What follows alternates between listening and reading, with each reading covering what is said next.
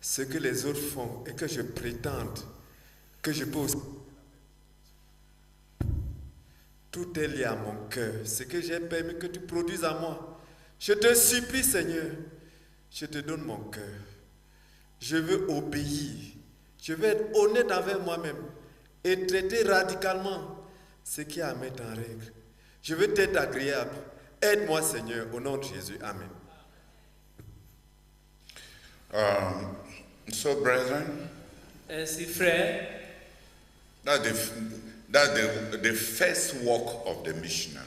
ça c'est le tout premier travail missionnaire. That's the first work of the ministry. C'est le premier travail de ministère. That's the first work of leadership. C'est le premier travail du leadership.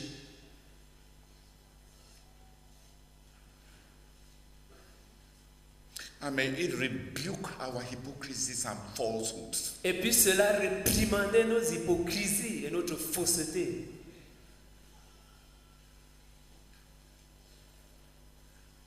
And our presumptions Et nos présomptions.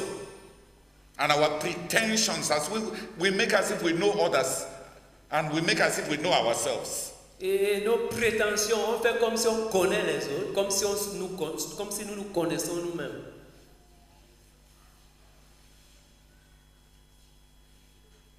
Aaron and Miriam did not know what Moses had gone through. Aaron et Marie ne savaient pas ce par quoi Moïse était passé. They believed they knew their brother. Ils pensaient connaître leur frère. They watched him from outside. Ils l'ont regardé de l'extérieur. His marriage was not working. Son mariage ne marchait pas. Aaron's marriage was perfect. Le mariage d'Aaron était parfait. Miriam did not get married. Marie ne s'est pas mariée. And over a small point, Et sur une petite question, they gave themselves the right to evaluate the totality of what he meant to God. ils se sont permis d'évaluer la totalité de ce que Moïse signifiait pour Dieu. God had to rebuke them very sharply. Dieu a dû les réprimander très sévèrement. Anyway, they had a blessing En tout cas, ils ont eu la bénédiction because they were talking against Moses. parce qu'ils parlaient contre Moïse. When God rebuked them, Quand Dieu les a réprimandés, God told Aaron, Dieu a dit à Aaron, "Hear now my voice." écoute maintenant ma voix. It was the first time Aaron was hearing God talk directly. C'était la première fois qu'Aaron entendait Dieu parler directement.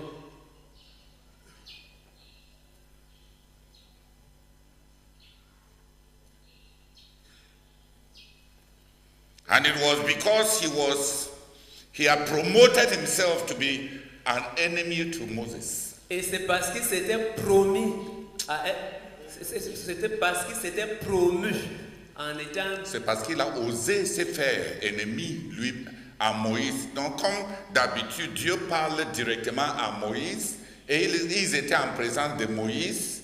C'était la première fois. Dieu dit, écoute maintenant ma voix.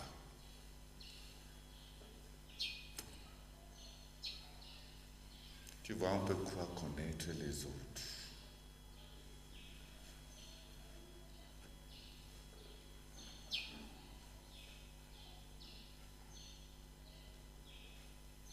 C'est ça le premier travail. D'un missionnaire, c'est ça le premier travail missionnaire, d'offrir à Dieu ce qu'il lui peut utiliser. Et tu vois le travail que Dieu lui-même avait fait en Adam avant de lui donner sa mission. Il a fait un travail de qualification. Il a fait Adam, quelqu'un qui était à son image et qui lui était semblable. C'est à de telles personnes que Dieu donne un monde à dominer.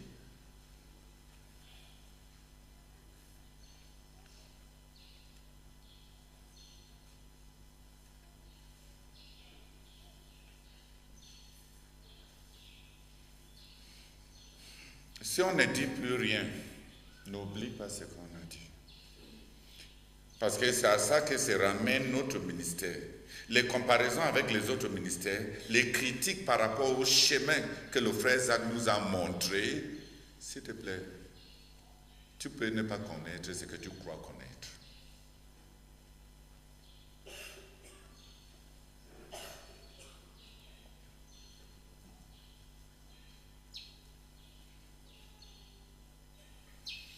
Le deuxième travail de tout missionnaire, que ce soit dans un quartier, que ce soit dans une ville, que ce soit dans un pays étranger, le deuxième travail de tout missionnaire, c'est le travail dans le spirituel. Et le travail dans le spirituel se ramène à deux choses principalement. Le jeûne, pour enlever tout ce qui est l'œuvre de Satan.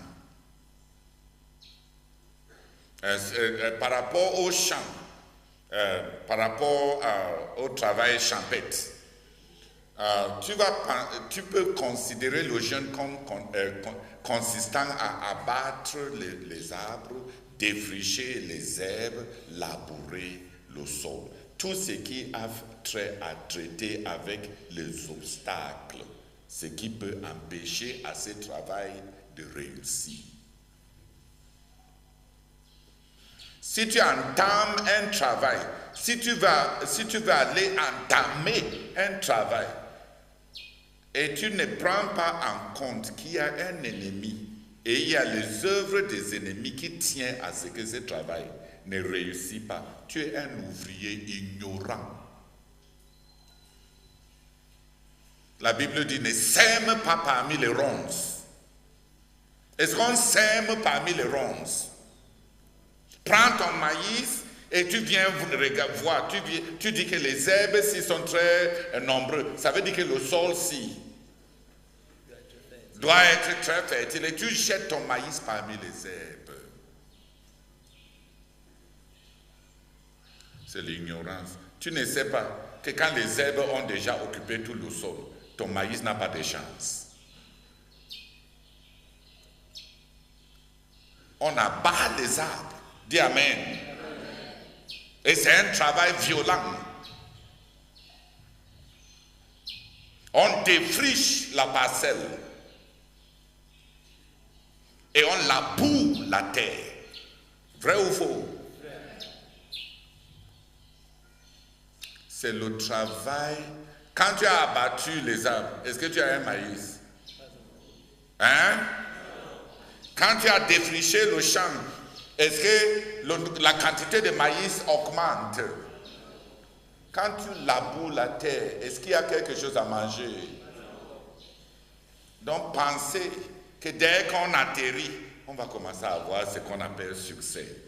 Qui t'a envoyé faire un travail que tu ignorais?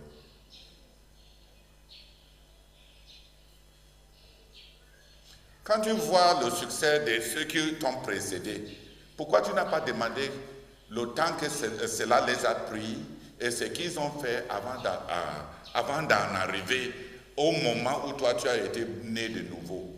Tu penses que le travail a commencé à l'église le jour que toi tu as cru?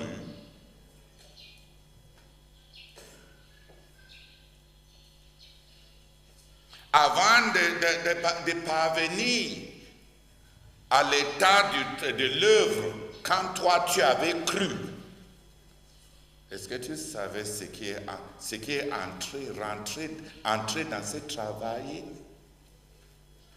Il y a un travail dans le spirituel qui consiste à créer les conditions pour le succès de l'œuvre. Et ce travail se ramène à deux grands axes. Le travail du jeune qui gère l'ennemi, qui gère Satan, qui gère les obstacles. Le Fils de l'homme apparu pour détruire toutes les œuvres du diable. Dans le livre Vision, Fardeau, Action, le frère Zach explique clairement, si tu veux commencer à être missionnaire quelque part et tu ne demandes pas Quelles sont les activités de Satan? Quelles a été les activités de Satan ici, chez de telles personnes, chez tel.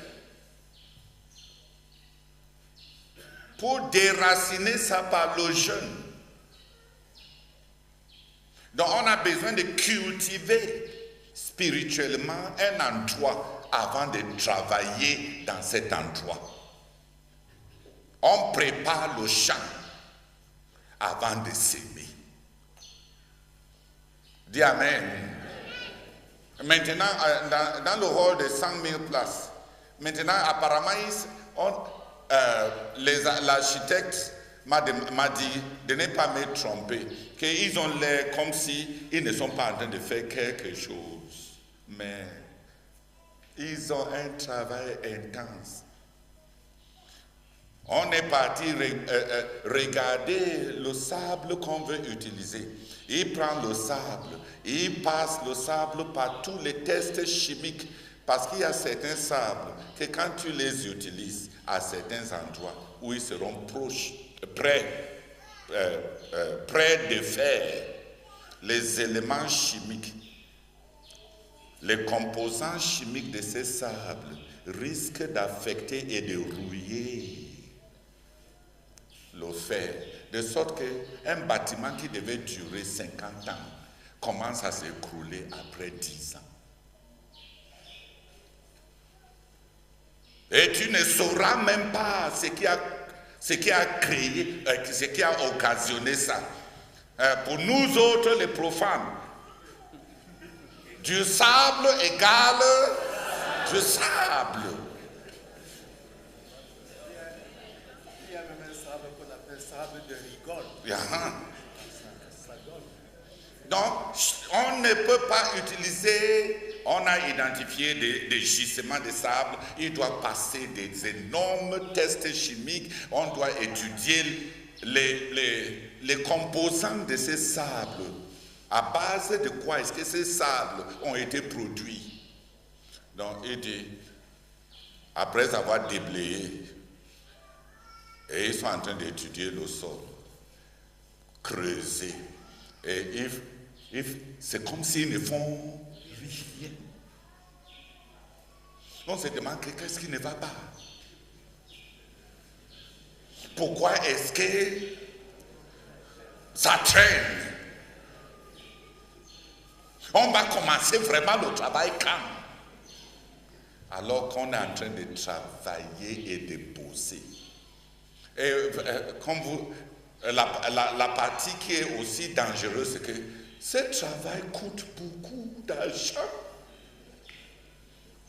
Cette phase de ce travail-là, faire les tests et tout, creuser, faire les tests géotechniques et tout ça, ça prend l'argent et tu ne vois pas ce que l'argent la donne.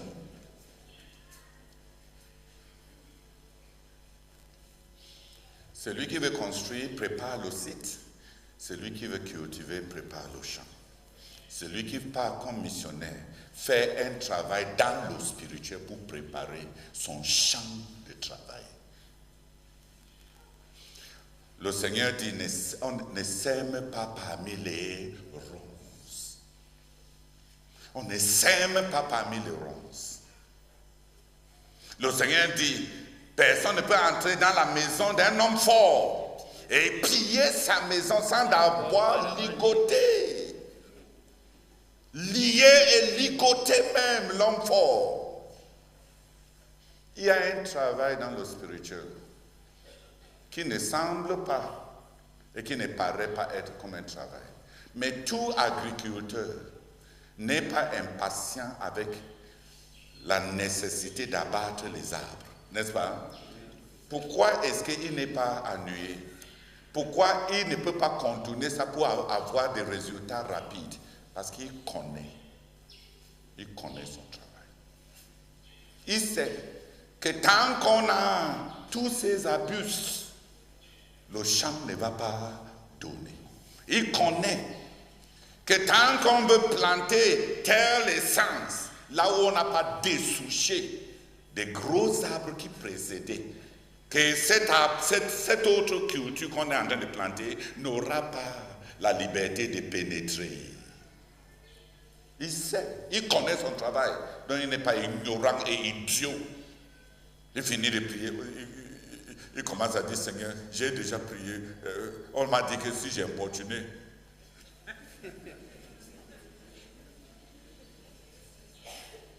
que ça va donner. Il y a un travail spirituel. Et ce travail spirituel se ramène à deux choses. Le jeûne qui traite avec la préparation de terrain en enlevant et en écartant, en renversant Satan et les œuvres de Satan. Et le travail de préparation dépend de la nature de ces champs.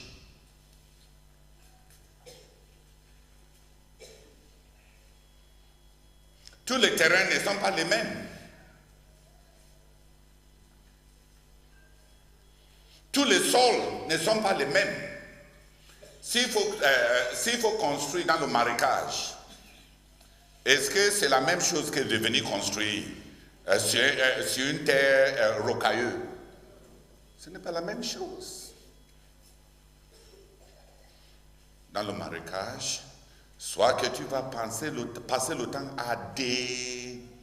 à dégager l'eau jusqu'à trouver la nappe solide. Soit que tu apportes ta maison et la première saison de pluie, tout ton argent part. Si on construit de façon négligée, sans prendre le temps de préparer, ton travail va disparaître comme ça.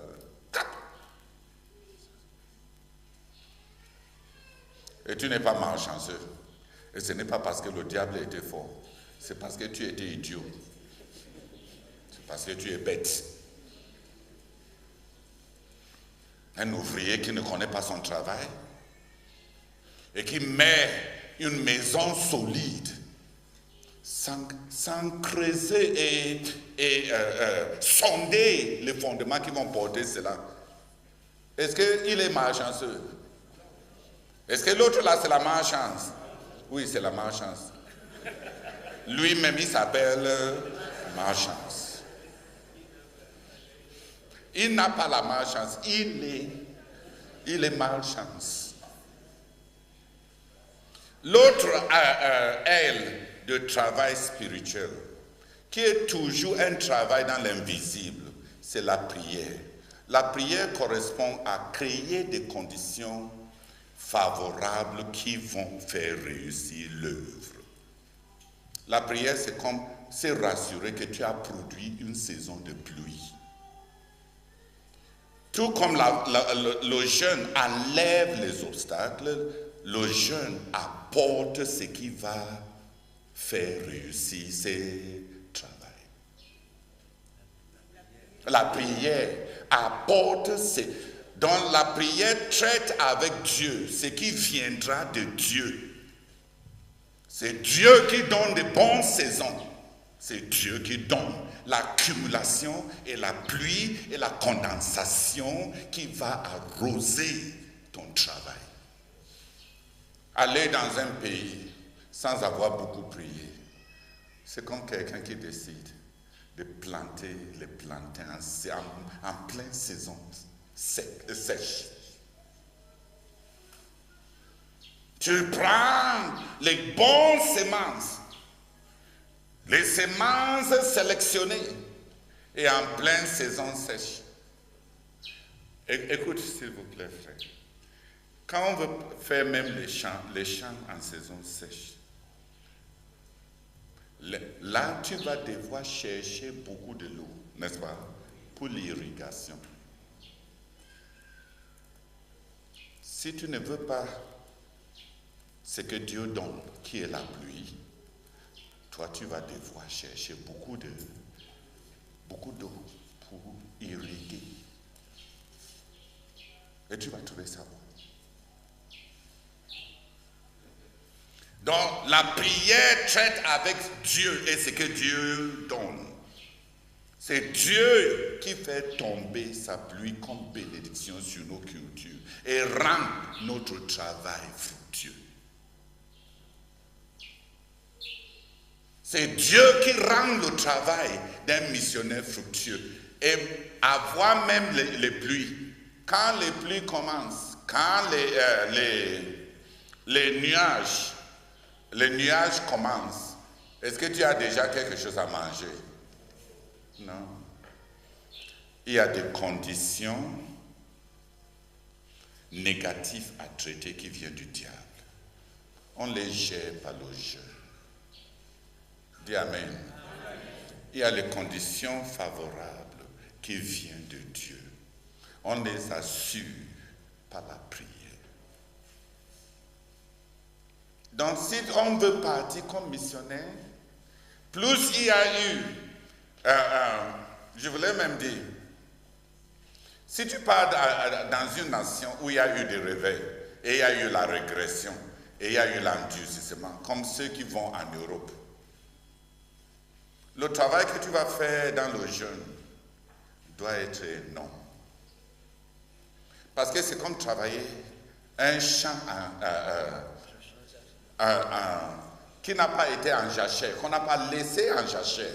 Un terrain usé, qui n'est plus fertile. Il va te falloir. Donc, quand les gens veulent être postés comme missionnaires et quelqu'un vient se tenir devant toi comme dirigeant missionnaire pour dire Dieu m'a montré que je dois aller en Libye, en Indonésie, et tu regardes la personne connaissant sa vie et il ne sait même, tu ne sais même pas, il ne connaît même pas ce qu'il y a devant lui. Est-ce qu'il a ce qu'il va falloir?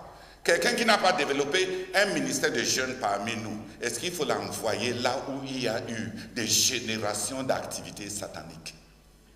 Il va faire comment avec ça?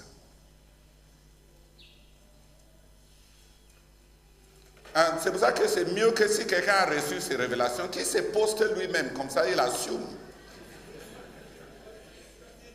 Qu'il assume. Au lieu de dire que j'ai reçu, Dieu m'a parlé que je devais aller ici.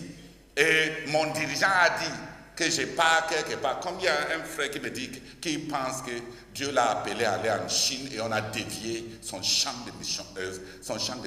Est-ce qu'il a ce qu'il faut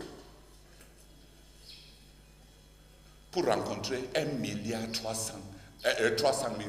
de personnes?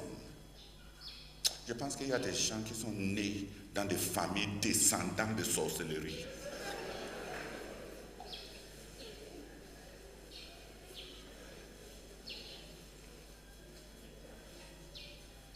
Seigneur, merci pour ce que tu nous dis.